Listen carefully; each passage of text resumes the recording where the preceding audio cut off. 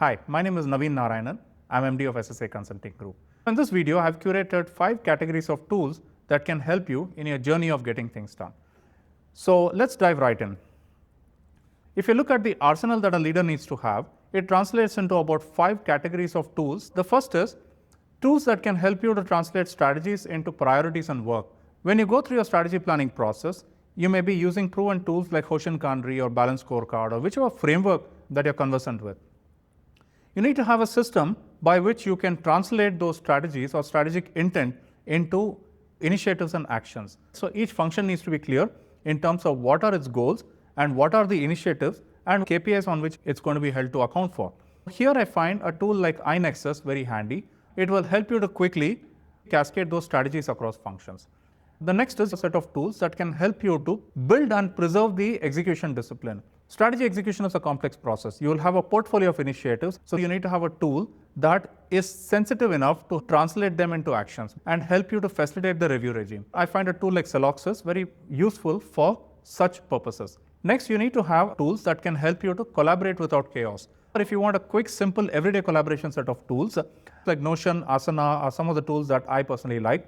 Next, you need to have a tool that can help you to create process visibility.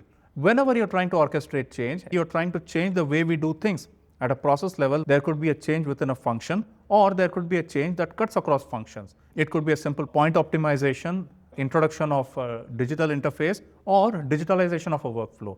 Whatever the change is, you need to have a way by which you can quickly communicate the change to stakeholders within and outside the organization and to do quick what-if analysis before you go live with those changes. Here, you need to have a tool that is purpose-built with BPM thinking, business process management. Tools like iGraphics, Prime BPM, they have years of doing this and they can very easily help you to orchestrate process change.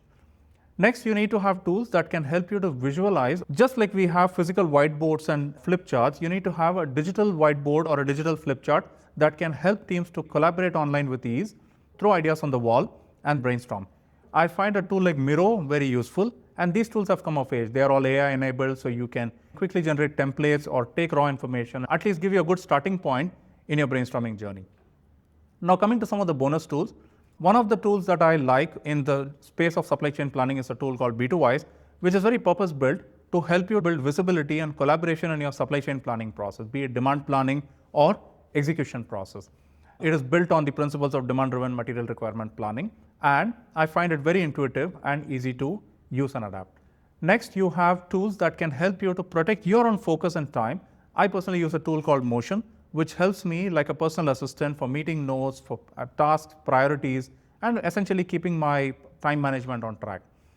Last but not least, you have the whole stack of collaboration tools within the native ecosystem, be it the Office 365 or Google Workplace. You're just limited by your imagination today. I encourage you to explore whichever collaboration tool that your organization uses, and you will be amazed at a plethora of options that are already available within these native ecosystems.